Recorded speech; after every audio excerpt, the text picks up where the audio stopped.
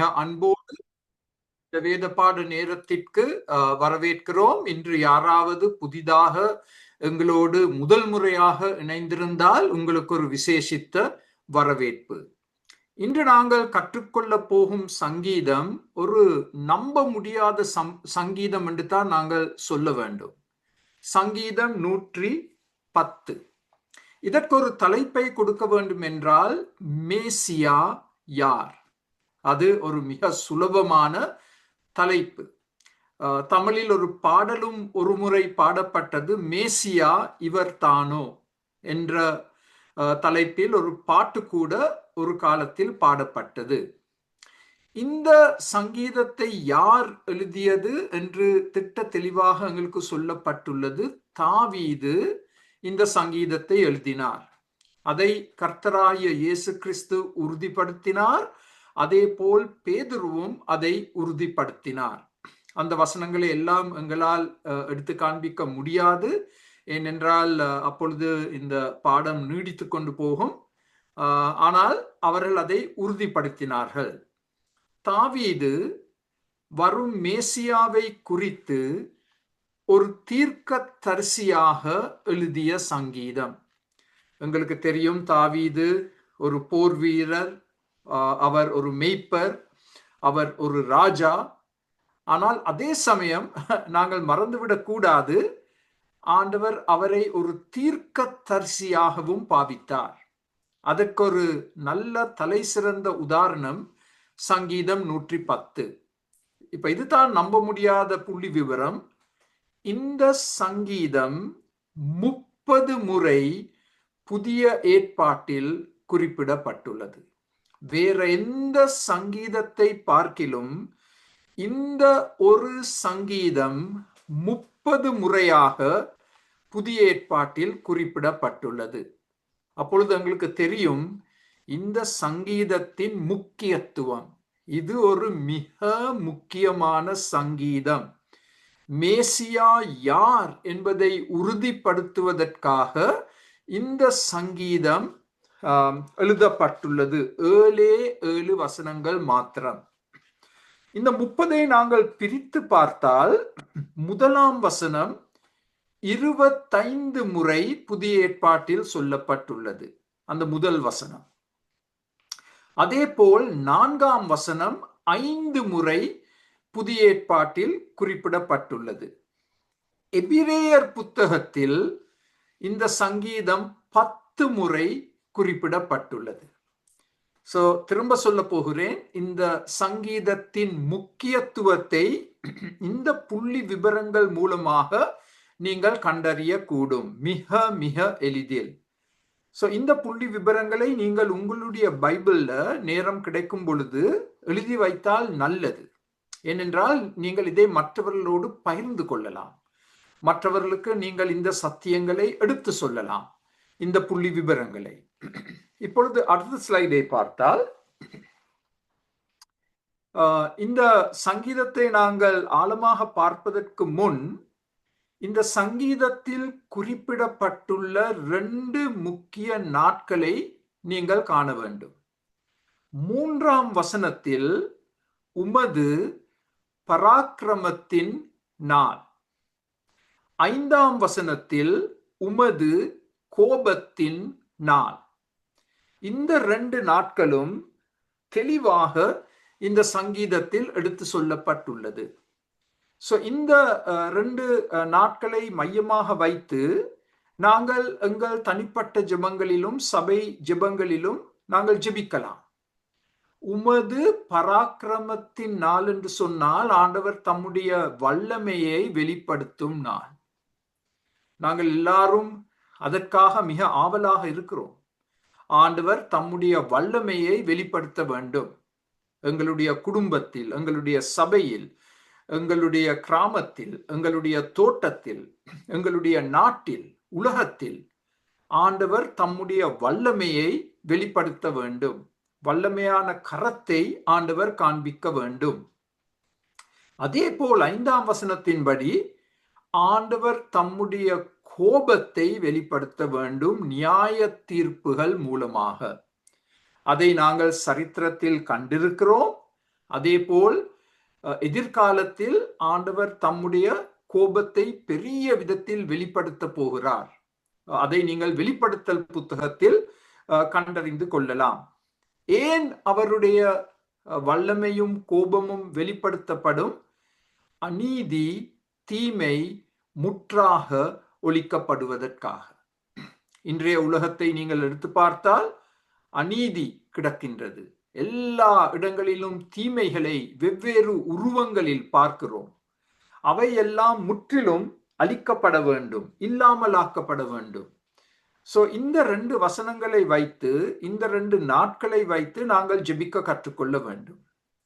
ஆண்டவரே, உம்முடைய வல்லமையை காண்பியும், உம்முடைய கோபத்தின் நியாய தீர்ப்புகளை அனுப்பும். உலகத்தின் கண்கள் திறக்கப்பட வேண்டும், உலகம் மனம் திரும்ப வேண்டும், உலகம் உம்மிடத்தில் வர வேண்டும், எல்லா அநீதி தீமைகள் ஒழிக்கப்பட வேண்டும். சோ இதை நாங்கள் ஒரு அறிமுகமாக வைத்து மேசியா யார் என்ற கேள்விக்கு பதிலை கண்டு கொள்ள போகிறோம். 3 வித பதில்கள் இந்த சங்கீதத்தில் கொடுக்கப்பட்டுள்ளது. மேசியா யார் என்ற கேள்விக்கு 3 விதமான பதில்கள். ஏ என்ற எழுத்தில் முதலாம் பதிலை காண்கிறோம். மேசியா யார்? அவர் தேவன். அவர் தேவன். முதலாம் வசனத்தில் இவ்விதமாக சொல்லப்பட்டுள்ளது, கர்த்தர் என் ஆண்டவரை நோக்கி. அதை குறித்து நாங்கள் கொஞ்சம் சிந்தனை செய்ய வேண்டும். கர்த்தர் என்று சொன்னால் யார்? யெகோவா தேவன், எங்கள் பரமபிதா. இந்த கர்த்தர் என் ஆண்டவரை நோக்கி என்று சொன்னால், என் ஆண்டவர் என்று சொன்னால் தாவீது யாரை குறிப்பிடுகிறார்? என் ஆண்டவர் என்றால் மேசியா, தேவகுமாரன். சோ பாருங்கள், இந்த முதலாம் வசனத்தை வைத்தே திரியேக தேவனை குறித்து நாங்கள் பழைய ஏற்பாட்டில் இருந்து நிரூபித்து காண்பிக்கலாம். யெகோவா தேவன், பரமபிதா, தம்முடைய ஒரே பேரான குமாரனாகிய இயேசு கிறிஸ்துவோடு வைத்திருக்கும் சம்பாஷணை. அவர்கள் உறவாடுகிறார்கள். யெகோவா தேவன் கர்த்தராகிய இயேசு கிறிஸ்துவை நோக்கி என்ன சொல்ல போகிறார்? என்ன சொல்ல போகிறார்? அதை அடுத்த ஸ்லைடில் பார்க்க போகிறோம். இதை இந்த முதலாம் வசனத்தை நான் சொன்னேன், கிட்டத்தட்ட 25 முறை புதிய ஏற்பாட்டில் பாவிக்கப்பட்டுள்ளது. ஒரே ஒரு உதாரணத்தை மாத்திரம் நாங்கள் பார்க்க போகிறோம். ஏனென்றால் பரிசேயர் கர்த்தராகிய இயேசு கிறிஸ்துவை குறித்து கேள்விகளை கேட்கும் பொழுது ஆண்டவர் எப்படி பதில் கொடுத்தார்? சங்கீதம் 110 பாவித்து. பரிசேயருக்கு சங்கீதம் 110 நன்றாக தெரியும். அந்த சங்கீதத்தை வைத்து அவர் மேசியா என்பதை இந்த பரிசேயருக்கு எடுத்து காண்பிக்க போகிறார். சோ இந்த பகுதியை கவனமாக பாருங்கள். மத்தேயு 22 நாங்கள் 41ஆம் வசனத்திலிருந்து வாசிக்க போகிறோம். பரிசேயர் கூடி இருக்கையில் இயேசு அவர்களை நோக்கி ஒரு கேள்வி கேட்கிறார். கிறிஸ்துவை குறித்து நீங்கள் என்ன நினைக்கிறீர்கள்? அவர் யாருடைய குமாரன் என்று கேட்டார். அவங்க சரியான பதில சொல்றாங்க, அவர் தாவீதின் குமாரன். அதற்கு அவர், அப்படியானால் தாவீது பரிசுத்த ஆவியினாலே அவரை ஆண்டவர் என்று சொல்லி இருக்கிறது எப்படி? பாருங்கள், எவ்வளவு அழகாக ஆண்டவர் இந்த பரிசேயருக்கு இந்த பகுதியை விளக்கி காண்பிக்கின்றார். நீங்கள் சொல்ற பதில் சரி, மேசியா தாவீதின் குமாரன். ஆனால் நீங்கள் மிகவும் நேசிக்கும் தாவீது இந்த மேசியாவை குறித்து என்ன சொல்லி இருக்கிறார்? பரிசுத்தாவியானவரின் அருளின்படி அவர் ஆண்டவர் என்று குறிப்பிடுகிறார். அப்ப இதுல ஒரு சிக்கல் வருது. தாவீதின் குமாரன் எப்படி ஒரே சமயத்தில் ஆண்டவராக இருக்க முடியும்? அதற்கான பதிலை பார்க்க போகிறோம். 44ஆம் வசனம், நான் உம்முடைய சத்துருக்களை உமக்கு பாதபடியாக்கி போடும் வரைக்கும் நீர் என்னுடைய வலது பாரிசத்தில் உட்காரும் என்று கர்த்தர் என் ஆண்டவரோடு சொன்னார் என்று சொல்லி இருக்கிறானே தாவீது. பாருங்கள், அந்த சங்கீதத்தை அப்படியே ஆண்டவர் மனப்பாடமாக பரிசேயருக்கு எடுத்து காண்பிக்கின்றார். 45ஆம் வசனம், தாவீது அவரை ஆண்டவர் என்று சொல்லி இருக்க மேசியாவை, தேவகுமாரனை, கர்த்தராகிய இயேசு கிறிஸ்துவை அவளுக்கு அவர் குமாரனாய் இருப்பது எப்படி என்றார். இது பரிசேயருக்கு ஒரு மிக பெரிய சிக்கல், ஒரு மிக பெரிய குழப்பம். இப்ப அடுத்த ஸ்லைடை பார்த்தால், அடுத்த ஸ்லைடில் இதன் விளக்கத்தை நாங்கள் பார்க்க போகிறோம். ஆனால் அதற்கு முன்பு ஆண்டவர் கேட்ட கேள்வி, வாழ்க்கையில் கேட்கப்பட வேண்டிய மிக முக்கிய கேள்வி என்ன கேள்வி? ஆண்டவர் கேட்ட கேள்வி, கிறிஸ்துவை குறித்து நீங்கள் என்ன நினைக்கிறீர்கள்? நாங்கள் வாழ்க்கையில் அநேக கேள்விகளை கேட்கிறோம். எல்லா கேள்விகளிலும் மிக உயர்வான கேள்வி இந்த கேள்வி, கிறிஸ்துவை குறித்து நீங்கள் என்ன நினைக்கிறீர்கள்? இது கிறிஸ்துமஸ் காலம். இந்த கிறிஸ்துமஸ் காலத்தில் நீங்கள் அநேக ஆண்டவரை அறியாத மக்களை சந்திப்பீர்கள். இஸ்லாமிய மதத்திலிருந்து, இந்து மதத்திலிருந்து, பௌத்த மதத்திலிருந்து இப்படிப்பட்ட மக்களை சந்திக்கும் பொழுது நீங்கள் கேட்கக்கூடிய கேள்வி, இந்த கேள்வியை கேட்கலாம், கிறிஸ்துவை குறித்து நீங்கள் என்ன நினைக்கிறீர்கள்? அவர் யார்? இந்த இயேசு கிறிஸ்து யார்? இந்த கிறிஸ்தவர்கள் வணங்கும் இந்த தேவன் யார் என்ற கேள்வியை நீங்கள் கேட்கலாம். நீங்கள் மிகவும் ஆச்சரியப்பட போகிறீர்கள் மக்கள் கொடுக்க போகும் பதில்கள். இப்ப அடுத்த ஸ்லைடில் நாங்கள் இந்த குழப்பத்தை பார்க்க போகிறோம். மேசியா தாவீதின் குமாரன், ஆனால் அதே சமயத்தில் அவர் தாவீதின் ஆண்டவர். இது எப்படி சாத்தியமாகும்? இதற்கான பதில் கிறிஸ்துமஸ். இயேசு மனித அவதாரம் எடுத்து தாவீதின் வம்சத்தில் தாவீதின் குமாரனாக பிறந்தார். ஆனால் அவர் அதே சமயம் தாவீதின் ஆண்டவர். இதுதான் கிறிஸ்துமஸ் செய்தி, இதுதான் கிறிஸ்துமஸின் மகிமை. தேவன் மனித அவதாரம் எடுத்து தாவீதின் வம்சத்தில் தாவீதின் குமாரனாக பிறந்தார். ஆனால் அவர் அதே சமயத்தில் ஆண்டவர், மேசியா, தேவகுமாரன். இப்பொழுது இந்த முதலாம் வசனத்தில், சங்கீதம் 110 முதலாம் வசனத்தில் யெகோவா தேவன் இந்த மேசியாவை குறித்து என்ன சொல்றார்? பிதாவின் வலது பாரிசத்தில் மகிமையோடும் கனத்தோடும் அதி உயர் ஸ்தானத்தில் உட்காருவார். அது யெகோவா தேவனால் கொடுக்கப்பட்ட உறுதிமொழி. கர்த்தராகிய இயேசு கிறிஸ்து பூமிக்கு அனுப்பப்பட்ட அவருடைய நோக்கம் நிறைவேறிய பிறகு அவர் பரமேறுவார். பரமேறும் பொழுது பிதாவின், யெகோவா தேவனின் வலது பாரிசத்தில் உட்காருவார். எப்படி உட்கார போகிறார்? மகிமையோடும் கனத்தோடும், எந்த மனிதனுக்கும் கொடுக்கப்படக்கூடிய மிக உயர்வான ஸ்தானத்தில் அவர் உட்கார போகிறார். Highly exalted position. இது ஒரு வாக்குறுதி. அடுத்த ஸ்லைடில் அதை பார்க்க போகிறோம். அடுத்த ஸ்லைடில் அது முதலாம் சத்தியம். இந்த மேசியா யார்? அவர் தேவன், அவர் தேவகுமாரன். இப்பொழுது இரண்டாம் பதில், சங்கீதம் 110 இந்த மேசியா யார்? அவர் ராஜா, அவர் ராஜா. ராஜாவை குறித்து இந்த ஒரு சங்கீதத்திலிருந்து நாங்கள் கிட்டத்தட்ட 7-8 காரியங்களை பார்க்க போகிறோம். மிக அருமையாக இது எங்களுக்கு விளக்கி சொல்லப்பட்டுள்ளது. முதலாவதாக மேசியா ராஜாவின் எதிரிகள் யார்? முதலாம் வசனம். இந்த எதிரிகள் அடையாளம் கண்டு கொள்ளப்படவில்லை, ஆனால் அவருக்கு விரோதமாக செயல்படும் எல்லோரும் அவருடைய எதிரிகள். இன்று கூட மேசியாவின், இந்த ராஜாவின் எதிரிகளை நாங்கள் காணலாம். எல்லா இடங்களிலும் காணலாம். எங்களுடைய கிராமத்தில் காணலாம், தோட்டத்தில் காணலாம். கர்த்தராகிய இயேசு கிறிஸ்துவுக்கு விரோதமாக பேசுபவர்கள், அவருக்கு எதிர்ப்பு காண்பிக்கின்றவர்கள், ராஜாவின் எதிரிகள். அவர்களுக்கு என்ன நடக்கும்? முழுமையாக தோற்கடிக்கப்பட்டு ராஜாவின் பாதபடியாக்கப்பட்டு, அதன் அர்த்தம் என்ன?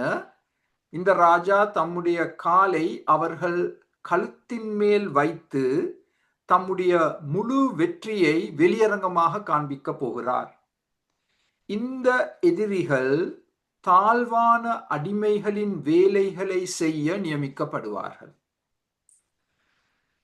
இது எங்களுக்கு ஒரு பெரிய உற்சாகத்தை கொடுக்க வேண்டிய சத்தியம். ஏனென்றால் ரோமர் 16:20 இவ்விதமாக வாசிக்கிறோம்: சமாதானத்தின் தேவன் சீக்கிரமாய் சாத்தானை உங்கள் கால்களின் கீழே நசுக்கி போடுவார். பிசாசு தோற்கடிக்கப்பட்டவன் சிலுவையில். விசுவாசிகளாகிய எங்களுக்கு, பரிசுத்தவான்களாகிய எங்களுக்கு ஆண்டவர் கொடுத்திருக்கும் அதிகாரம், உரிமை. எங்கள் பாதங்களின் கீழ் சாத்தான் நசுக்கப்பட்டிருக்கிறான். சிலுவையில் எங்களுக்காக பெற்றெடுக்கப்பட்ட வெற்றி இன்று எங்களுக்கு சொந்தமாக இருக்கின்றது. அந்த வெற்றியில் நாங்கள் செயல்பட வேண்டும்.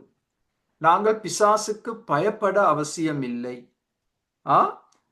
பிசாசானவன் எங்கள் கால்களின் கீழ் நசுக்கப்பட்டிருக்கிறான். நாங்கள் அவனை நசுக்கவில்லை, கர்த்தராகிய இயேசு கிறிஸ்து அவனை நசுக்கினார். அந்த வெற்றி எங்களுக்கும் சொந்தமாய் இருக்கின்றது. ஆங்கிலத்தில் ஒரு முறை இதை குறித்து, இதை மையமாக வைத்து ஒரு அழகான பாடல் கூட பாடப்பட்டது. பிசாசு எங்கள் பாதங்களின் கீழ் நசுக்கப்பட்டவன் என்பதை நாங்கள் மறந்துவிடக் கூடாது. அந்த அதிகாரத்தோடு நாங்கள் ஒவ்வொரு நாளும் செயல்பட வேண்டும். 2வது சத்தியம், 2ஆம் வசனத்தின்படி ராஜாவின் அதிகாரம், மேசியா ராஜாவின் அதிகாரம். வல்லமையின் செங்கோல் அவர் கையில் இருக்கும். அது அவருடைய அதிகாரத்தை எடுத்து காண்பிக்கும் செங்கோல், அவருடைய வல்லமையை எடுத்து காண்பிக்கும் செங்கோல். வல்லமையின் செங்கோல் அவர் கையில் இருக்கும்.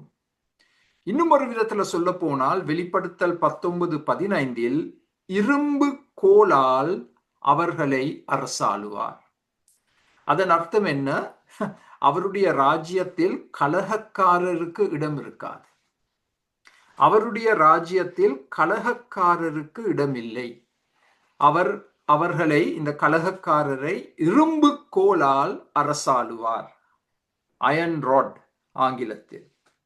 ராஜாவின் அதிகாரம். இப்ப அடுத்த ஸ்லைடை பார்த்தால் 3ஆம் சத்தியத்தை பார்க்க போகிறோம். ராஜாவின் ஆட்சி. இது ஒரு மிகவும் அருமையான சத்தியம். சத்துருக்களின் நடுவே ஆட்சி அமைப்பார். அவர் தோற்கடித்த, அவருடைய பாதங்களின் கீழ் நசுக்கப்பட்ட, அவமானப்படுத்தப்பட்ட, மிகவும் தாழ்வான வேலைகள் செய்ய நியமிக்கப்பட்ட அந்த சத்துருக்களின் நடுவே ஆட்சி அமைப்பார். அந்த சத்துருக்கள் திரும்பவும் தலை தூக்க முடியாது. அந்த சத்துருக்கள் திரும்பவும் அவருக்கு விரோதமாக செயல்பட முடியாது. இந்த சத்தியம் இன்று எங்களை மிகவும் உற்சாகப்படுத்த வேண்டும். அநேக இடங்களில் ஆண்டவர் தம்முடைய சபையை கட்டி வருகிறார். அது எதை காண்பிக்கின்றது? ராஜாவின் ஆட்சியை காண்பிக்கின்றது. அந்த சபையை சூழ்ந்திருக்கும் மக்கள் எல்லாரும் சத்துருக்கள் என்று நாங்கள் கருதலாம். ஆண்டவருடைய நண்பர்கள் அல்ல. ஆனால் அப்படிப்பட்ட மக்கள் மத்தியில் ஆண்டவர் தம்முடைய ஆட்சியை நிலைநாட்டுகிறார் சபையின் மூலமாக. அதனால் தான் உங்களில் அநேகர், நீங்கள் வழிநடத்தும் சபைகள் எப்படிப்பட்ட இடங்கள்ல இருக்கு? ஆண்டவரை அறியாத மக்கள் மத்தியில். இந்துக்களாக இருக்கலாம், பௌத்தர்களாக இருக்கலாம், இஸ்லாமிய மக்களாக இருக்கலாம். அப்படிப்பட்ட மக்கள் மத்தியில் ஆண்டவர் தம்முடைய ஆட்சியை நிலைநாட்டுகிறார் இன்று சபையின் மூலமாக. அருமையான சத்தியம். நான்காவதாக, இந்த ராஜாவின் இராணுவம் எப்படிப்பட்டது? இது 3ஆம் வசனத்தில் எங்களுக்கு சொல்லப்பட்டுள்ளது. மூன்றாம் வசனத்தின்படி இந்த ராஜாவின் இராணுவத்தை குறித்து நாங்கள் அநேக காரியங்களை சொல்ல முடியும். முதல் புல்லட்ல நீங்கள் பார்க்கலாம், ராஜாவின் இராணுவத்தில், மேசியா ராஜாவின் இராணுவத்தில் எல்லோரும் மனப்பூர்வமாக சுய விருப்பத்தோடு செயல்படுவார்கள். யாரும் வற்புறுத்தி சேவை செய்ய மாட்டார்கள். இன்று துக்கமாக சிலர் அந்த விதத்தில் தான் செயல்படுவார்கள், வற்புறுத்தப்பட்டு. ஆனால் ராஜாவின் இராணுவத்தில் அப்படிப்பட்டவர்களுக்கு இடமில்லை. மனப்பூர்வமாக சுய விருப்பத்தோடு செயல்படும் இராணுவம். இதை குறித்து நாங்கள் நியாயாதிபதிகளில் 2 இடங்களில் காணக்கூடியதாக இருக்கின்றது. நியாயாதிபதிகள் 5ஆம் அதிகாரம் 2ஆம் வசனம். கர்த்தர் இஸ்ரவேலுக்காக நீதியை சரிகட்டினதி நிமித்தமும் ஜனங்கள் மனப்பூர்வமாய் தங்களை ஒப்பு கொடுத்தது நிமித்தமும் அவரை ஸ்தோத்திரியுங்கள். இங்கே ஒரு துதிப்பாடல் பாட எங்களுக்கு ஒரு சவால் கொடுக்கப்படுகிறது. ஏன்? ஜனங்கள் மனப்பூர்வமாக தங்களை ஆண்டவருக்கு ஒப்பு கொடுத்தார்கள். அப்படிப்பட்டவர்களை ஆண்டவர் வல்லமையாக பாவிக்க முடியும். நீங்களும் நானும் கேட்க வேண்டிய ஒரு முக்கிய கேள்வி, இன்று நான் ஆண்டவருக்கு ஏன் ஊழியம் செய்கிறேன்? வற்புறுத்தப்பட்டு ஊழியம் செய்கிறேனா? இல்லாவிட்டால் மனப்பூர்வமாய் நான் என்னை இந்த ஆண்டவருக்கு ஒப்பு கொடுத்து அவர் என்ன சொல்கிறாரோ அதன்படி செயல்படும் ஒரு ஊழியக்காரனா? நியாயாதிபதிகள் 5:9 ஜனங்களுக்குள்ளே தங்களை மனப்பூர்வமாய் ஒப்பு கொடுத்த இஸ்ரவேலின் அதிபதிகளை என் இருதயம் நாடுகிறது, கர்த்தரை ஸ்தோத்திரியுங்கள்.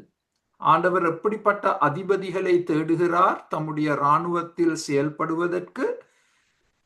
இந்த விதத்தில் நாங்கள் சொல்லலாம், ஆண்டவர் எப்படிப்பட்ட தலைவர்களை தேடுகிறார்? மனப்பூர்வமாய் தங்களை ஆண்டவருக்கு ஒப்பு கொடுத்த விசுவாசிகள். நாங்கள் துக்கமாக சில சமயங்களில் எங்கள் ஆண்டவரை அரைக்குறையாக சேவை செய்கிறோம். முழு மனதோடு நாங்கள் சேவை செய்யவில்லை. அது எங்களுக்கு ஒரு கண்டனம்.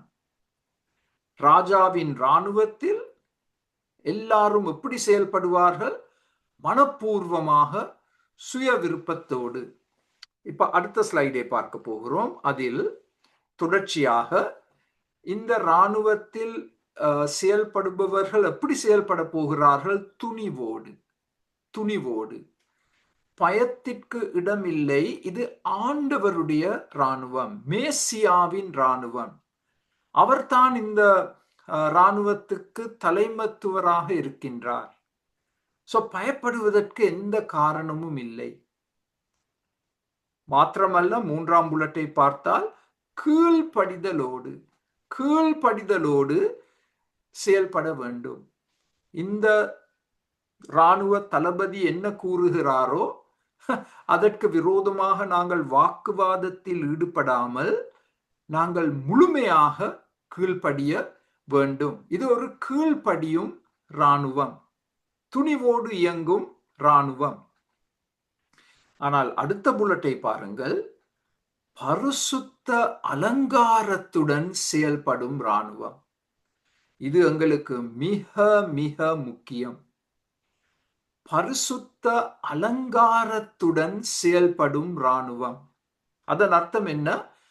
பாவங்கள் முற்றாக நீக்கப்பட்டு எந்தவித கரையும் இல்லாமல் செயல்படும் இராணுவம். இது அவர்களுடைய இராணுவத்தின் குணத்தை எடுத்து காண்பிக்கும். த கேரக்டர், குணம். இவர்கள் எப்படிப்பட்ட குணத்துடையவர்கள்? பரிசுத்தவர்கள்.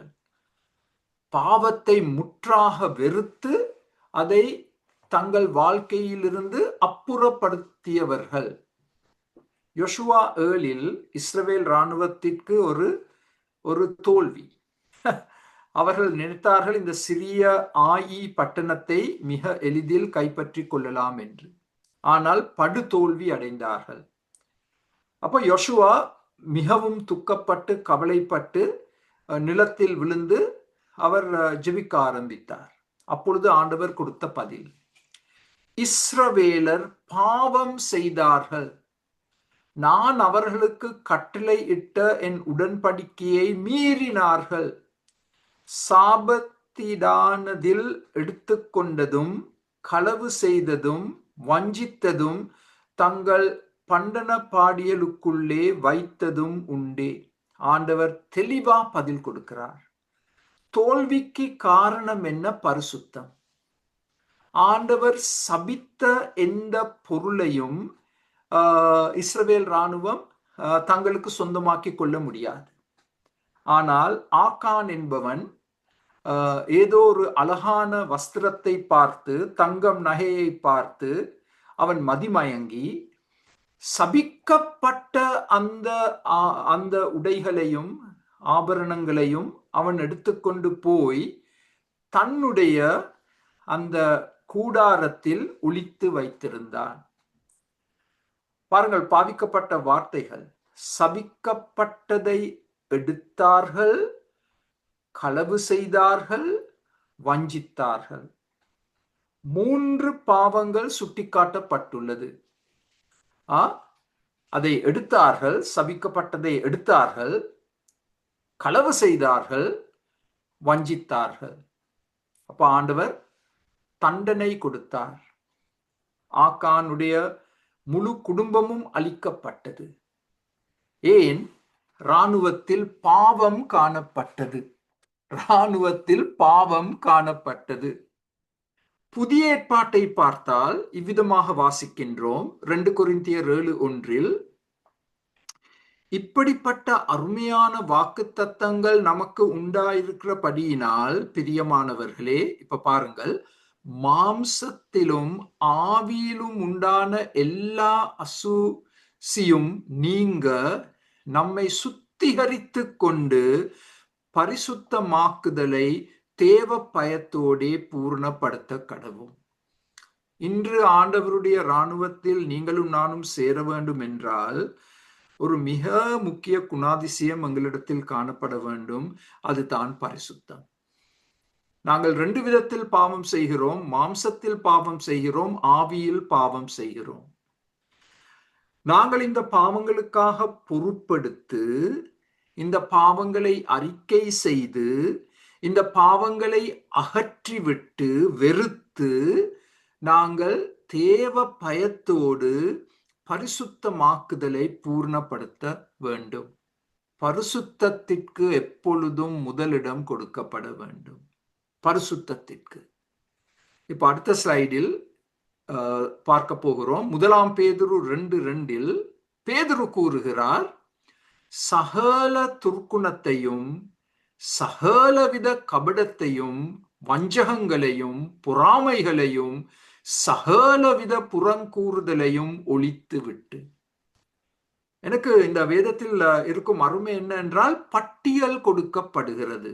சும்மா பொதுவாக பாவம் என்று சொல்லாமல், இந்த 1 பேதுரு 2:2 உங்களுடைய பைபிள்ல நீங்கள் சிவப்பு பேனாவை எடுத்து சகல என்ற வார்த்தை 3 முறை பாவிக்கப்பட்டுள்ளது. கவனமாக பாருங்கள். சகல துர்க்குணத்தையும் சகலவித கபடத்தையும் சகலவித புறங்கூறுதலையும். அதை வைத்தே நீங்கள் ஒரு பிரசங்கத்தை கொடுக்க முடியும். 3 முறை சகல என்ற வார்த்தை. நாங்கள் என்ன செய்ய வேண்டும்? இந்த பாவங்களை குறித்து அதை ஒழித்து விட வேண்டும், இல்லாமல் ஆக்க வேண்டும். நீங்கள் தொடர்ந்து இந்த பேதுரு பகுதியை வாசித்தால் 3ஆம் வசனத்தில் அப்படி அதை ஒழித்து விட்டால்தான் நாங்கள் தேவ வசனமாகிய தூய பாலை நாங்கள் வாஞ்சிப்போம். இன்று அநேகருக்கு வேதத்தின் மேல் ஒரு பசித்தாகம் இல்லை. நாங்கள் எவ்வளோ பேருக்கு நாங்கள் அழைப்பு கொடுக்கிறோம் இந்த இணையதள வேதாகமத்தில் கலந்து கொள்ள. ஆனா கலந்து கொள்ள மாட்டாங்க. ஏன் தெரியுமா? பசித்தாகம் இல்லை. பசித்தாகம் இல்லை. ஐயோ, இப்படிப்பட்ட ஒரு அருமையான சந்தர்ப்பம் கொடுக்கப்படுதே, நாங்கள் ஒரு வேதாகம கல்லூரிக்கு போக அவசியம் இல்லையே, வீட்டில் இருந்தே நாங்கள் வேதத்தை கற்றுக்கொள்ளலாமே என்ற மனப்பான்மை இல்லை. ஏன் அந்த மனப்பான்மை இல்லை? 1 பேதுரு 2:2, பாவங்கள் எங்களை ஆட்கொள்ளும் பொழுது தேவ வசனத்தின் மேலிருக்கும் வாஞ்சை இல்லாமல் போகும். அதுதான் பிரச்சனை. சோ பாருங்கள் அருமையானவர்களே, இந்த மேசியாவின் இராணுவத்தில் காணப்படும் ஒரே ஒரு ஆயுதம் பரிசுத்தம். பரிசுத்தம் அதி வல்லமையுள்ள ஆயுதம். அதை மறக்க வேண்டாம். எங்களுடைய பேசக்கூடிய திறமைகள் அல்ல, பாடக்கூடிய திறமைகள் அல்ல, எங்களுடைய தொழில்நுட்ப திறமைகள் அல்ல, பரிசுத்தம். பரிசுத்தம் தான் அதி வல்லமையுள்ள ஆயுதம். இப்ப பாருங்கள், இன்னும் ஒரு அருமையான காரியம் சொல்லப்பட்டுள்ளது இந்த இராணுவத்தை குறித்து. இதை நான் படிக்கும் பொழுது, தியானிக்கும் பொழுது நான் என்னையே மெய்மறந்தேன். கருப்பையிலிருந்து வரும் அதிகாலை பனியை போன்ற ஒரு வாலிப இராணுவம். திரும்ப வாசிக்க போறேன், கவனமா செவி கொடுங்க. கருப்பையிலிருந்து வரும், straight from the womb, அதிகாலை பனியை போன்ற வாலிப இராணுவம். மிக அழகாக தாவீது தீர்க்கதரிசியாக கவிதை உருவில் நமக்கு எடுத்து சொல்லும் காட்சி. இந்த இராணுவத்தை பார்க்கும் பொழுது அநேக அருமையான காரியங்களை பார்க்கலாம். ஆனால் அந்த அருமையான காரியங்களில் ஒரு காரியம் இவர்களை எதற்கு ஒப்பிட்டு காண்பிக்கின்றார்? கருப்பையிலிருந்து வரும் அதிகாலை பனிக்கு ஒப்பிடுகிறார். இதை ஓசியா புத்தகத்திலும் நாங்கள் வாசிக்கின்றோம். 14ஆம் அதிகாரத்தில் ஆண்டவர் சொல்றார், நான் இஸ்ரவேலுக்கு பனியை போல் இருப்பேன். இப்ப இதை நீங்க சிந்திக்க வேண்டும், நான் சிந்திக்க வேண்டும். பனி மிக அவசியம், அதுவும் அதிகாலை பனி மிக மிக அவசியம். அப்படிப்பட்ட அதிகாலை பனியாக ஆண்டவர் எங்கள் மேல் வர ஆவலோடு காத்திருக்கிறார். நாங்கள் அவருக்கு இடம் கொடுத்தார். எங்களுடைய ஜெப ஜீவியத்தில் பெரிய மாற்றங்கள் வர வேண்டும்.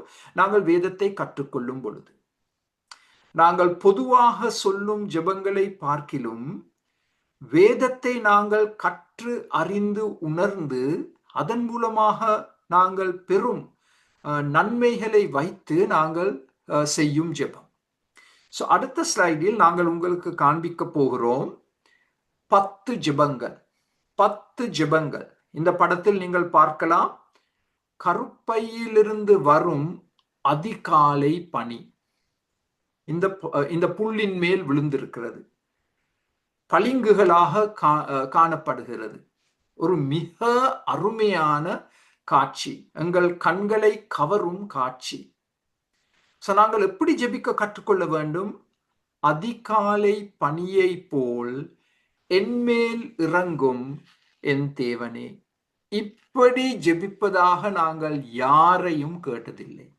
யாரும் இப்படி ஜெபிப்பதை நாங்கள் கேட்கவே இல்லை. இன்று எங்கள் எல்லாருக்கும் எங்கள் ஜெப ஜீவியத்தில் ஒரு பெரிய மாற்றம் ஏற்பட வேண்டும். எப்படிப்பட்ட மாற்றம்? இந்த வார்த்தைகளை பாவித்து நாங்கள் ஜெபிக்க கற்றுக்கொள்ள வேண்டும். அதிகாலை பனியை போல் என்மேல் இறங்கும் என் தேவனே. இதை நான் 10 விதமாக நான் இதை குறித்து ஆழமாக தியானித்து ஜெபித்து நான் என் பிரயோஜனத்துக்காக நான் எழுதிய 10 ஜெபங்கள். இதை நாங்கள் உங்களுக்கு PDF ஆகவும் அனுப்பி வைப்போம். இதை நீங்கள் உங்கள் சபையாருக்கு கற்றுக் கொடுக்க முடியும். ஆனால் அதற்கு முன் நீங்கள் இந்த ஜெபத்தை நீங்கள் செய்ய வேண்டும், நான் செய்ய வேண்டும். முதலாவது, என்னை புதுப்பிக்கும் தேவனே, இன்று இப்பொழுது என்னை புதுப்பியும். Renew me, refresh me. நான் வறண்டு போயிருக்கிறேன். ஆண்டவரே, எனக்கு இந்த புதுப்பித்தல் மிக அவசியம். நான் ஒரு வாடிப்போன பூ. என் முகத்தில் எந்தவித மலர்ச்சியும் இல்லை. என்னை புதுப்பிக்கும் தேவனே, இன்று இப்பொழுது என்னை புதுப்பியும். 2ஆம் ஜெபம், தாகமாயிருக்கிற என்னை, இது ஆவிக்குரிய தாகம், என்னை திருப்தியாக்கும். இந்த செடிகள் என்ன செய்யும்? இந்த பனி விழும் பொழுது அதை உறிஞ்சி அதை குடிக்கும்.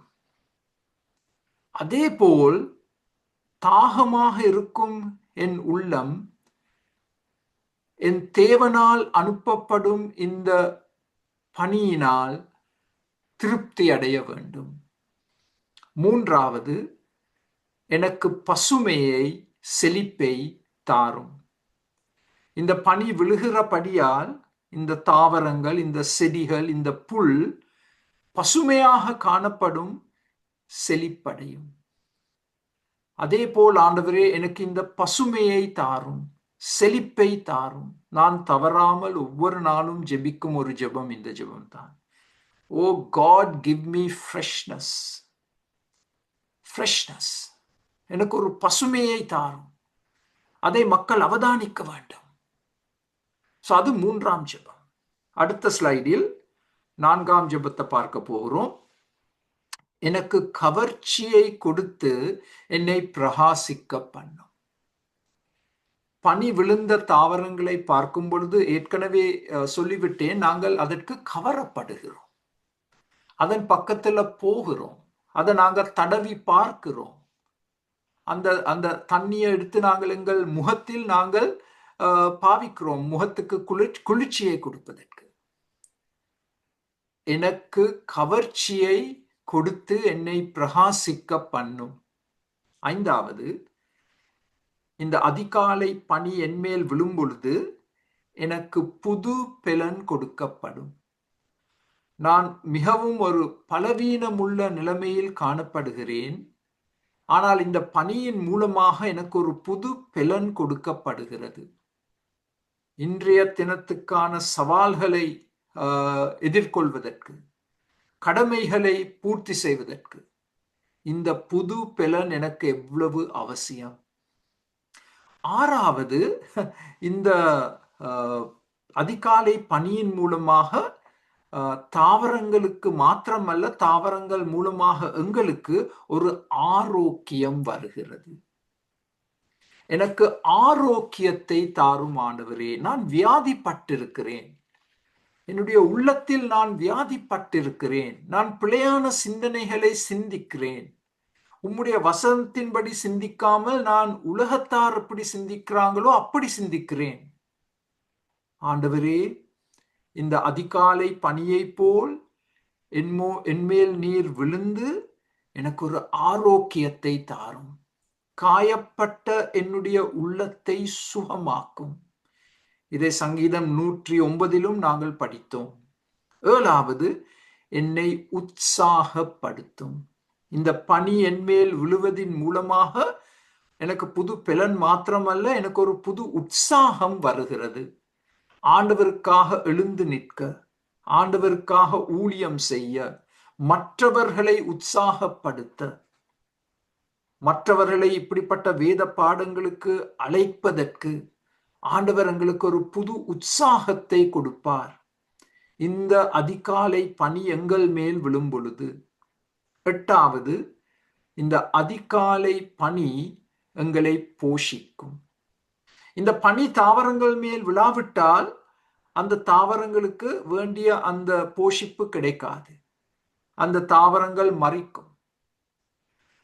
சோ இந்த புது பணி, அதிகாலை பணி எங்களை போஷிக்கும்.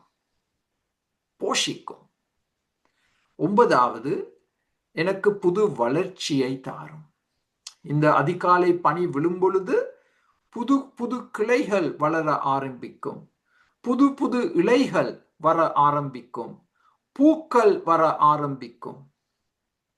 எங்கள் ஒவ்வொருவருடைய வாழ்க்கையிலும் ஒரு புது வளர்ச்சி வருவதற்காக இந்த அதிகாலை பணியை நாங்கள் வேண்டிக் கொள்ள வேண்டும். புது வளர்ச்சி.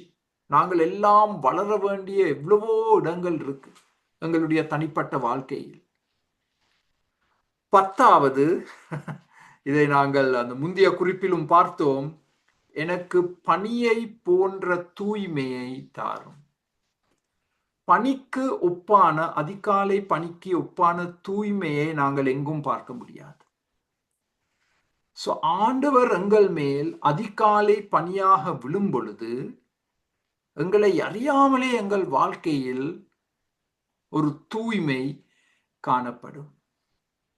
சோ இந்த 10 ஜெபங்களை நீங்கள் உங்களுடைய குறிப்பு புத்தகத்தில் மாத்திரமல்ல, உங்களுடைய வேதத்திலும் எங்கேயாவது எழுதி வைத்து ஒவ்வொரு நாளும் இந்த 10 ஜெபங்களை ஜெபிங்க.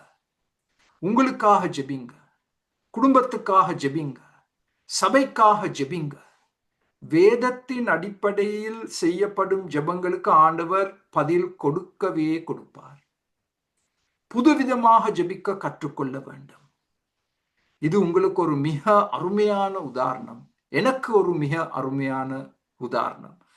கருப்பையிலிருந்து வரும் அதிகாலை பனியை போல் எங்கள் மேல் விழும் ஆண்டவரே.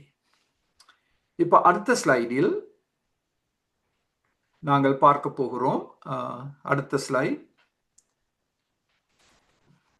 கிருஷாந்தன்.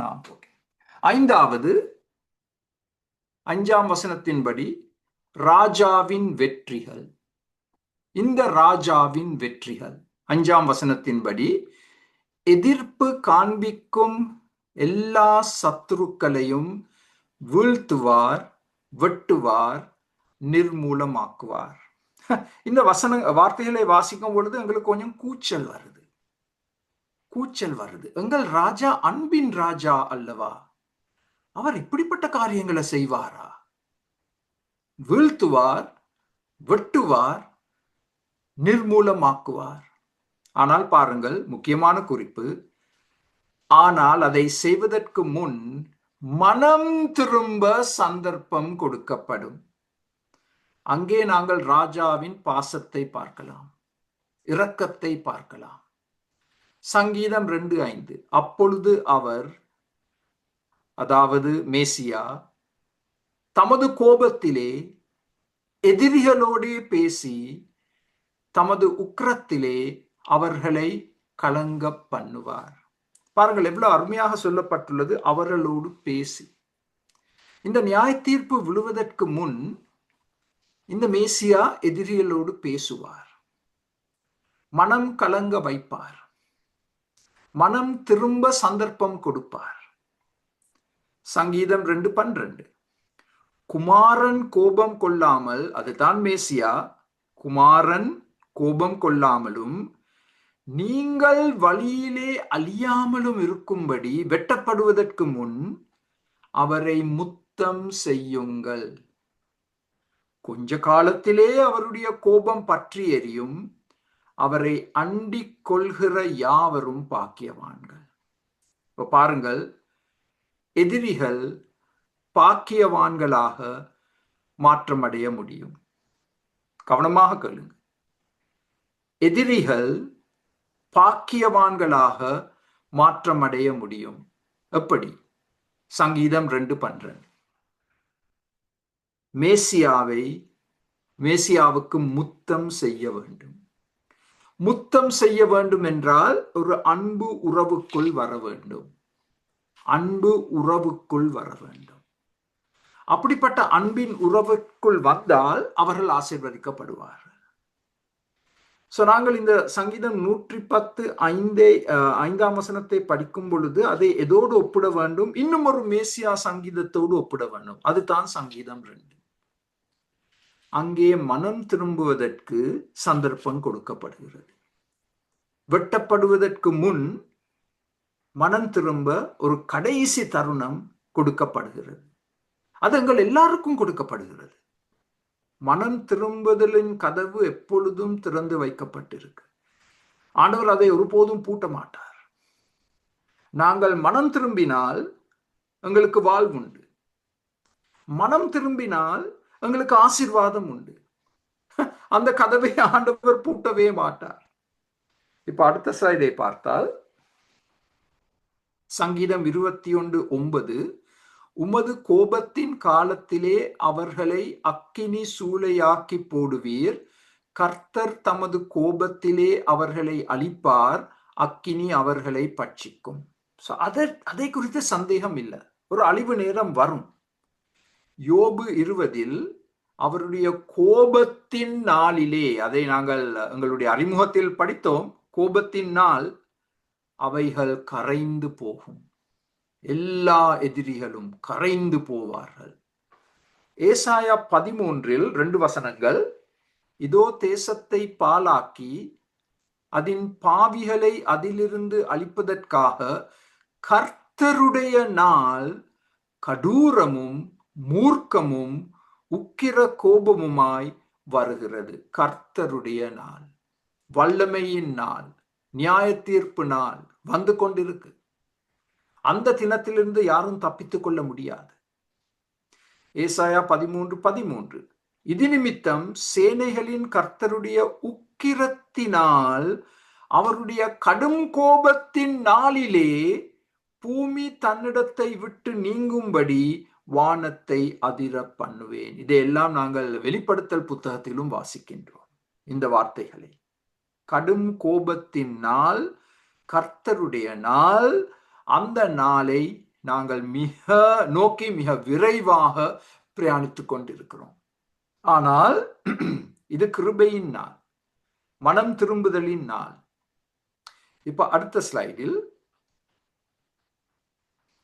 வெளிப்படுத்தல் 19 அதின் மேல், அந்த சிங்காசனத்தின் மேல் ஏறி இருந்தவர் உண்மையும் சத்தியமும் உள்ளவர் எனப்பட்டவர். அவர் நீதியாய் நியாயம் தீர்த்து யுத்தம் பண்ணுகிறார். இப்ப பாருங்கள் 15ஆம் வசனத்தில், புறஜாதிகளை வெட்டும்படிக்கு, அதே வார்த்தை சங்கீதம் 110 பாவிக்கப்பட்டுள்ள வார்த்தை, வெட்டுதல். புறஜாதிகளை வெட்டும்படி அவருடைய வாயிலிருந்து கூர்மையான பட்டயம் புறப்படுகிறது. இந்த சத்தியங்களை நாங்கள் கற்றுக் கொடுக்க வேண்டும். இன்றைய தினம் கிருபையின் தினம், இன்றைய தினம் மனம் திரும்புதலின் தினம். ஆனால் கர்த்தருடைய நாள் வருகிறது, அவருடைய கடும் கோபத்தின் தினம் வருகிறது. அந்த தினத்திலிருந்து யாரும் தப்பித்துக் கொள்ள முடியாது. அன்றைய தினத்தில் மேசியாவின் வாயிலிருந்து இந்த கூர்மையான பட்டயம் வந்து எல்லா எதிரிகளையும் வெட்டி போடும். 6ஆம் சத்தியம், மேசியா ராஜாவின் நியாய தீர்ப்பு. 6ஆம் வசனத்தில் அது சொல்லப்பட்டுள்ளது. இந்த ராஜா நியாயம் தீர்ப்பார், எல்லா ஜாதிகளையும் நியாயம் தீர்ப்பார் என்று 6ஆம் வசனத்தில் சொல்லப்பட்டுள்ளது. சங்கீத புத்தகத்தில் இந்த வசனங்களை நீங்கள் பார்த்தால் இந்த சத்தியம் உறுதி செய்யப்பட்டுள்ளது. கர்த்தர் ஜனங்களுக்கு நியாயம் செய்வார். அவர் பூச்சக்கரத்தை நீதியாய் நியாயம் தீர்த்து சகல ஜனங்களுக்கும் செம்மையாய் நீதி செய்வார். வானத்திலிருந்து நியாய தீர்ப்பு கேட்க பண்ணினீர், பூமி பயந்து அமர்ந்தது. எங்கள் தேவன் நியாய தீர்ப்பின் தேவன், ஆனால் நீதியாய் நீதி செய்வார், நியாயம் செய்வார். அடுத்த ஸ்லைடில், எல்லா இடங்களிலும் இந்த நியாய தீர்ப்பு நடைபெறும், உலகம் எங்கும். பிரதேசங்கள் பறவைகளுக்கு உணவாக, பிரேதங்கள் பறவைகளுக்கு உணவாக கொடுக்கப்படும், புதைக்கப்படும். நியாய தீர்ப்பின் முடிவு, மக்கள் அழிக்கப்படும் பொழுது அவர்களுடைய பிரேதங்கள் பறவைகளால் உணவாக உண்ணப்பட்டு மிகுதியானவைகள் புதைக்கப்படும். எனக்கு தெரியும், இந்த சத்தியங்களை எடுத்து சொல்லும் பொழுது எங்களுக்கு ஒரு கூச்சல் வரும். இதெல்லாம் எடுத்து சொல்லலாமா? மக்கள் என்ன சொல்ல போறாங்க? நாங்க அன்பை பற்றி தானே எடுத்து சொல்லணும், கிருபையை பற்றி தானே எடுத்து சொல்லணும். அது நாணயத்தின் ஒரு பக்கம். நாணயத்தின் 2ஆம் பக்கம் நியாயம் தீர்ப்பு, ராஜாவின் இராணுவம், நியாய தீர்ப்பு. வெளிப்படுத்தல் 19 2 வசனங்களை வாசிக்கின்றோம். நீங்கள் ராஜாக்களின் மாம்சத்தையும், இது இந்த பறவைகளுக்கு கொடுக்கப்பட்ட கட்டளை, நீங்கள் ராஜாக்களின் மாம்சத்தையும் சேனை தலைவர்களின் மாம்சத்தையும் பலவான்களின் மாம்சத்தையும் குதிரைகளின் மாம்சத்தையும் அவைகளின் மேல் ஏறியிருக்கிறவர்களின் மாம்சத்தையும் சுயாதீன அடிமைகள் சிறியோர் பெரியோர் இவர்கள் எல்லோருடைய மாம்சத்தையும் பட்சிக்கும்படி மகாதேவன் கொடுக்கும் விருந்துக்கு கூடி வாருங்கள் என்று இந்த தேவதூதன் மிகுந்த சத்தத்தோடே கூப்பிட்டான். பறவைகளை பார்த்து பாருங்கள், இந்த மாம்சம் என்ற வார்த்தை எவ்வளவு முறை பாவிக்கப்பட்டிருக்கு? 1 2 3 4 5 6 முறை மாம்சம் என்ற வார்த்தை பாவிக்கப்பட்டுள்ளது. மகாதேவன் பறவைகளுக்கு கொடுக்கும் அழைப்பு, ஒரு பெரிய விருந்துக்கு வாருங்கள், ஒன்று கூடுங்கள், என்னால் அளிக்கப்பட்ட எதிரிகளுடைய மாம்சங்களை சாப்பிட உங்களுக்கு அழைப்பு கொடுக்கப்படுகிறது. வெளிப்படுத்தல் 19:18. 21ஆம் வசனத்தில் மற்றவர்கள் குதிரையின் மேல் ஏறினவருடைய வாயிலிருந்து புறப்படுகிற பட்டயத்தால் கொல்லப்பட்டார்கள். யாருடைய பட்டயம் அது? கர்த்தராகிய இயேசு கிறிஸ்து, மேசியா. அவர்களுடைய மாம்சம், திரும்பவும் பாருங்கள் அந்த மாம்சம் என்ற வார்த்தை, பறவைகள் எல்லாம் சாப்பிட்டு திருப்தி அடைந்தன. எல்லா ஜாதிகளையும் நியாயம் தீர்ப்பார், எல்லா இடங்களிலும் நியாயம் தீர்ப்பார். செத்த பிரேதங்கள் பறவைகளுக்கு உணவாக கொடுக்கப்படும், மிகுதியான பிரேதங்கள் புதைக்கப்படும். அடுத்த ஸ்லைடில்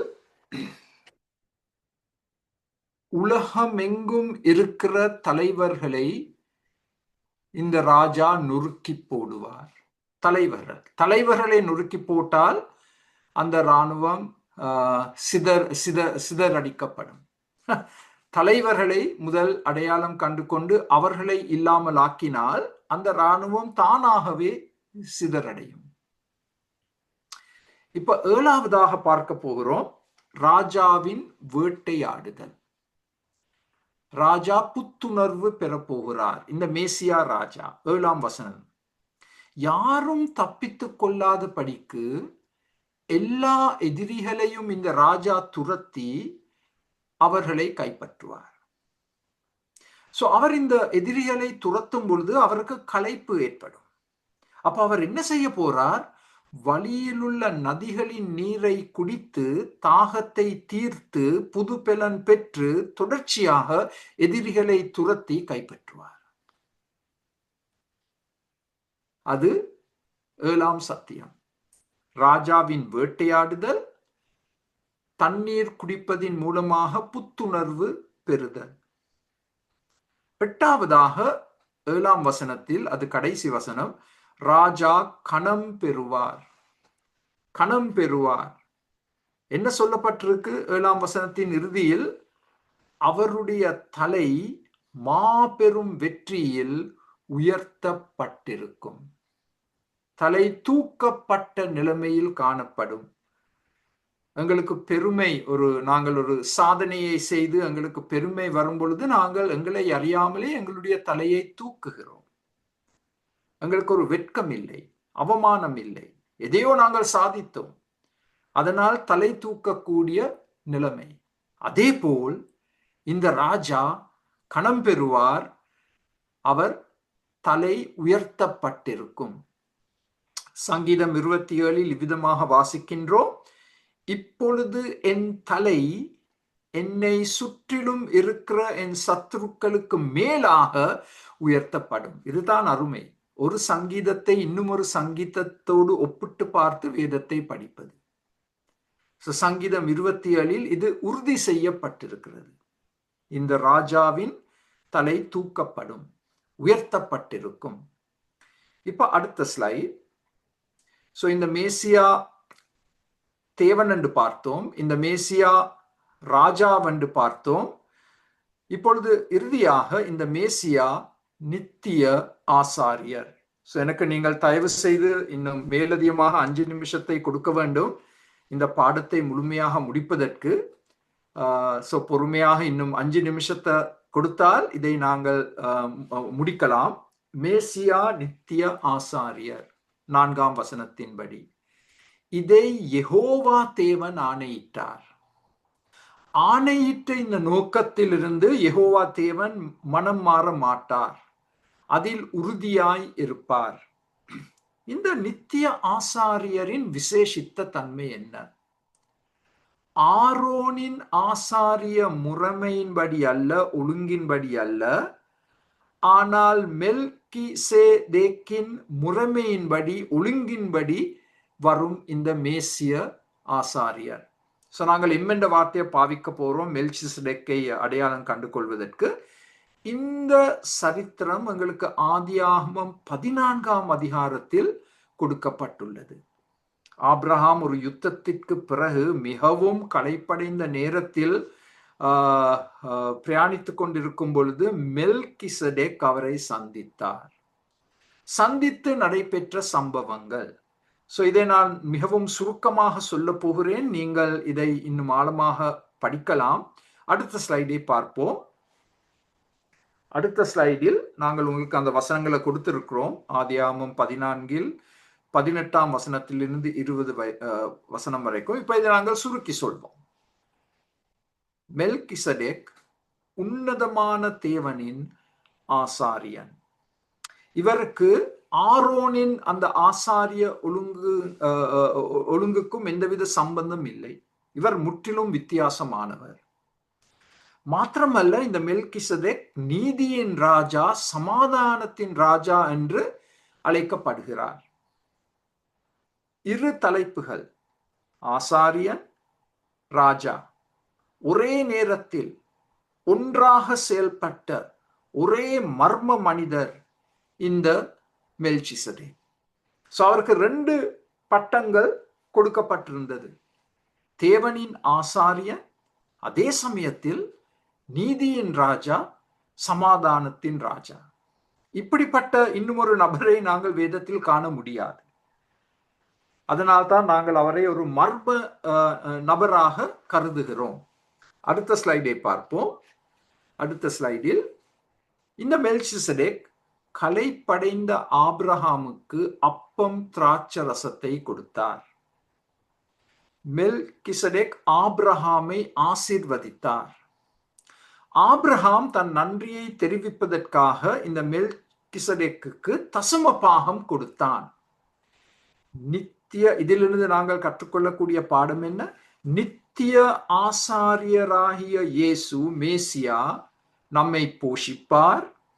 அவருடைய யுத்தங்களில் ஈடுபட்டு நாங்கள் வெற்றி பெறும் போது அவர் எங்களை ஆசீர்வதிப்பார். நாம் அவருக்கு நன்றி செலுத்தும் விதமாக எங்களுக்கு சொந்தமான எல்லாவற்றிலும் இருந்து அவருக்கு காணிக்கை கொடுப்போமாக. அதுதான் பாடம். இந்த மேசியா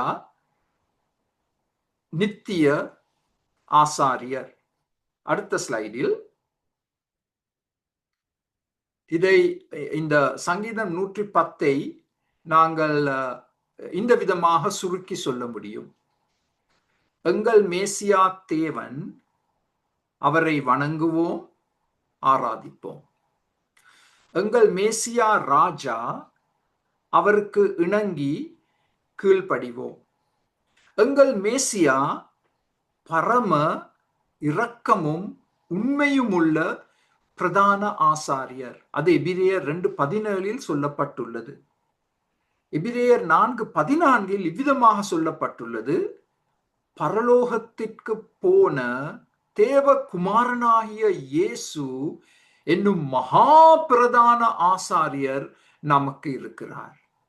எவ்வளவு அருமை! இவர் பரம ஆசாரியர், இரக்கம் உண்மை நிறைந்த ஆசாரியர். இவர் மகா பிரதான ஆசாரியர், கிரேட் ஹை பிரீஸ்ட். அவர் என்ன செய்கிறார் இப்பொழுது? எங்களுக்காக, அவர் நமக்காக இப்பொழுது நாம் விழாமல் உறுதியா இருக்கும்படி பிதாவின் வலது பாரிசத்தில் நமக்காக பரிந்து பேசிக் கொண்டிருக்கிறார். அவருக்கு நாங்கள் நன்றி செலுத்த கடமைப்பட்டிருக்கிறோம். இந்த பிரதான ஆசாரியனுக்கு நாங்கள் எப்பொழுதும் நன்றி செலுத்த வேண்டும். அவர் எங்களுக்காக பரமபிதாவை நோக்கி அவர் எங்களுக்காக ஜெபித்துக் கொண்டிருக்கிறார். அதனால் தான் அருமையானவர்களே, நாங்கள் இன்று தாங்கப்படுகிறோம், நாங்கள் விழாமல் காக்கப்படுகிறோம், நாங்கள் எங்கள் விசுவாசத்தில் உறுதியா இருக்கிறோம். அவர் நமக்காக பரிந்து பேசும் பிரதான ஆசாரியர். சங்கீதம் 110. மேசியா யார்? தேவன், அவரை வணங்குவோம். மேசியா ராஜா, அவருக்கு இணங்கி கீழ்ப்படிவோம். அதிகாலை பணியை போல் அவர் எங்கள் மேல் வர வேண்டும் என்று ஜெபிப்போம். இந்த மேசியா பரம உத்தம ஆசாரியர், பிரதான ஆசாரியர் எங்களுக்காக பரிந்து பேசுகிறார். அதனால் பயப்பட வேண்டாம். அவருடைய ஜெபங்களினால் நாங்கள் காக்கப்படுகிறோம். அவருடைய ஜெபங்களினால் நாங்கள் மூடப்படுகிறோம். அதனால் கவலைக்கு இடமில்லை, பயத்திற்கு இடமில்லை. நாங்கள் முன்னோக்கி பிரயாணித்து அவருடைய இராணுவத்தில் ஈடுபட்டு பரிசுத்த அலங்காரத்தோடு அவருக்காக போராடுவோம். நான் நினைக்கிறேன் அதோடு எங்களோட ஸ்லைட்ஸ் முடிவடைந்தது என்று. ஒரு ஜெபத்தை செய்த பிறகு நீங்கள் உங்கள் கேள்விகளை கேட்கலாம், கருத்துக்களை தெரிவிக்கலாம். எவ்வளவு அருமையான ஒரு சங்கீதம் ஆண்டவரே! ஒரு மணித்தியாலத்திற்கு மேலாக படித்தோம். ஆனால் எவ்வளவோ காரியங்களை நான் விட்டுவிட்டேன், நேரம் இல்லாதபடியால். ஒரு சங்கீதம் 30 முறை புதிய ஏற்பாட்டில் குறிப்பிடப்பட்டுள்ளது. இப்பொழுது அதன் காரணம் எங்களுக்கு விளங்கியுள்ளது. எங்கள் மேசியா தேவன், எங்கள் மேசியா ராஜா, எங்கள் மேசியா பிரதான ஆசாரியர். அதனால் நாங்கள் ஏன் கவலைப்பட வேண்டும்? ஏன் நாங்கள் பயப்பட வேண்டும்? அவர் நமக்காக போராடுவார். அவர் எங்களை காப்பார். அவர் எங்களை வழி நடத்துவார். நாங்கள் ஆண்டவரே பரிசுத்த அலங்காரத்தோடு செயல்பட எங்கள் எல்லாருக்கும் அந்த தேவ பயத்தை தாரும். கருப்பையிலிருந்து வரும் அதிகாலை பனியை போல் எங்கள் மேல் இறங்கும் ஆண்டவரே. புது வளர்ச்சியை தாரும், புது உற்சாகத்தை தாரும், புது பலனை தாரும் ஆண்டவரே. மற்றவர்களுக்கு நாங்கள் கவர்ச்சியாக காணப்பட வேண்டும் ஆண்டவரே. எங்களை சந்தியும். இன்று எங்களோடு கலந்து கொண்டு ஒவ்வொருவரையும் கண்ணோக்கி பாரும், ஆசீர்வதியும் பலப்படுத்தும். இயேசுவின் நாமத்தில் ஜெபங்கேளும் பிதாவே. ஆமென், ஆமென்.